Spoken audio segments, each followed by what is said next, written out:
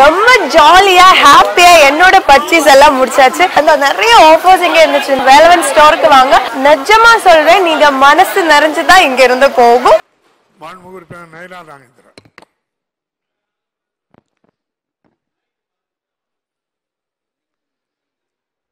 மாண்புமிகு பேரவைத் தலைவர் அவர்களே,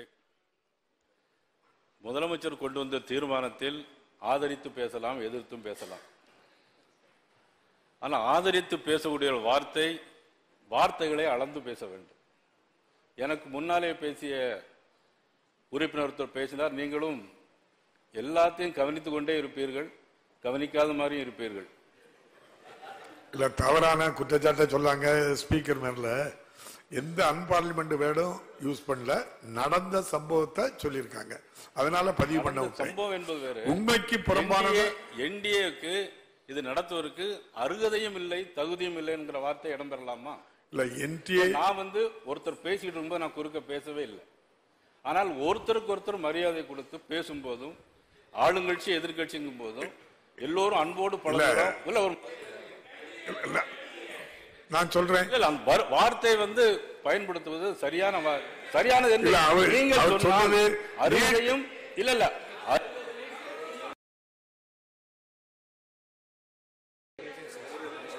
நேஷனல் டெஸ்டிங் ஏஜென்சி, அந்த ஏஜென்சியை தான் அவர் குறிப்பிட்டு சொன்னாரு. உயர் நீதிமன்றம், உச்ச நீதிமன்றம், மாணவர் அமைப்பு எல்லாருமே அதை குற்றச்சாட்டா சொல்றாங்க.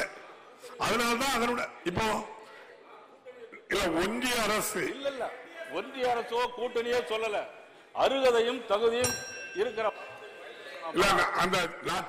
அவர் சொன்ன வார்த்தை அப்படியே சொல்றாங்க. நேஷனல் டெஸ்டிங் ஏஜென்சி தகுதி இழந்துட்டுங்கிறத தான் அவர் சொன்னாரு. அதை ஏற்கனவே ஒன்றிய அரசு அதை நினைச்சுதான் அந்த டெஸ்ட் எழுதுறதுக்கு அந்த இதை ரத்து பண்ணிட்டாங்களே, அவங்களுக்கு அந்த உரிமை இல்லைட்டாங்களே. நீங்க அதனால இல்ல, அந்த சேர்மனையும் மாற்றுவதோடு மட்டும் அந்த டெஸ்டிங் ஏஜென்சி இல்ல, அந்த என்டிஏ பற்றி பேசுவதற்கு இவருக்கு அருகதையும் தகுதியும் என்பது அவசியமானது, நியாயமானது, தமிழகத்திற்கு மட்டுமல்ல இந்தியாவிற்கே பெருமை சேர்க்கக்கூடிய ஒன்றாக இருக்கிறது. மாண்பு உறுப்பினர் ஆளுநர் ஷானவாஸ் குறிப்பிட்டதை போல உச்ச நீதிமன்றத்தினுடைய தீர்ப்பின் அடிப்படையில் அன்றைக்கு இருந்த காங்கிரஸ் அரசாங்கம், அன்றைக்கு இருந்த நமது கூட்டணி அரசாங்கம் அன்றைக்கு தான் கொண்டு வந்தார்கள். நான் பேசிய கொஞ்சம் அமைதியா இருக்க, அவங்க பேசி அது அன்றைக்கு கொண்டு வந்தது. அதனுடைய அடிப்படையில் இன்றைக்கு உள்ள பிரச்சனை என்பது, இதே மன்றத்தில் 2 முறை நமது தீர்மானங்களை கொண்டு வந்திருக்கிறோம். கடந்த அரசும் நமது முதலமைச்சர் அவர்களும் இது கொண்டு வந்து இல்ல, நீங்க அவங்க கொண்டு வந்திருந்தாலும் விருப்பப்பட்டவங்க. நீங்க 2018 சட்டமாக்கணும். இல்ல, நான் பேசி எல்லாரும் பேசும்போது அமைதியா இருந்தீங்க, நான் பேசும்போது மட்டும் குறுக்க இல்ல, நான் தவறா சொல்லல, உங்களுக்கு தெரிஞ்சதும் சேர்த்து சொல்லுங்க, அவ்வளவுதான். இந்த தீர்மானத்தை பொறுத்த மட்டிலும் இதில் ஒரு குளறுபடி நடந்ததாக மத்திய அமைச்சரே அதன் மீது நடவடிக்கை எடுக்கப்படும் என்று சொல்லியிருக்கிறார்கள். அது மட்டுமல்ல, பல்வேறு காலகட்டங்களில் நாம் எல்லோரும் இருந்திருக்கிறோம். நாம் பள்ளியில் படித்த காலத்திலிருந்து இந்த காலங்கள் வரையிலும் ஒரு சில சமயங்களில் ஒரு இடங்களில் தேர்வுகளில் கேள்வித்தாள்கள் அவுட் ஆயிட்டு அப்படிங்கிற மாதிரி நிறைய பிரச்சனைகள் வந்திருக்கிறது. அதே மாதிரி இதில் உள்ள குளறுபடிகளை நிச்சயமாக களைவோம், நடவடிக்கை எடுப்போம் என்று மத்திய அமைச்சர் சொல்லியிருக்கிறார். அப்படி இதில் முக்கியமான பிரச்சனை என்னன்னா, கிராமப்புற மக்கள் ஏழை மாணவர்கள் நீட் தேர்வில் யாரும் வர முடியாதுங்கிற சூழல் இருந்தது.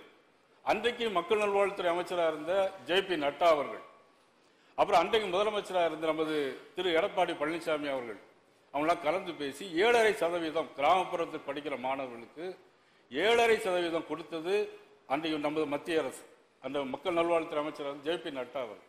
இதனால் கிராமப்புறத்தில் நிறைய பேர் படிக்கிறாங்க.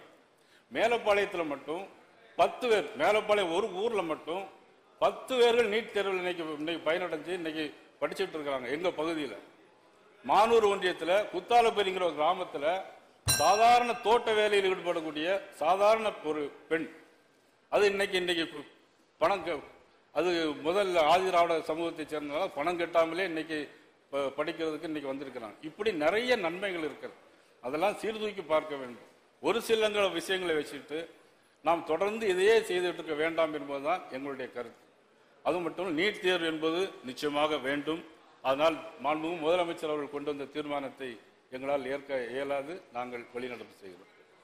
மாண்புமிகு உறுப்பினர் ஜி.கே. மணி அவர்கள். இந்த வீடியோ உங்களுக்கு பிடிச்சிருந்தா ப்ளீஸ் லைக் அண்ட் ஷேர் பண்ணுங்க. மறக்காம எங்க சேனலை சப்ஸ்கிரைபும் பண்ணுங்க.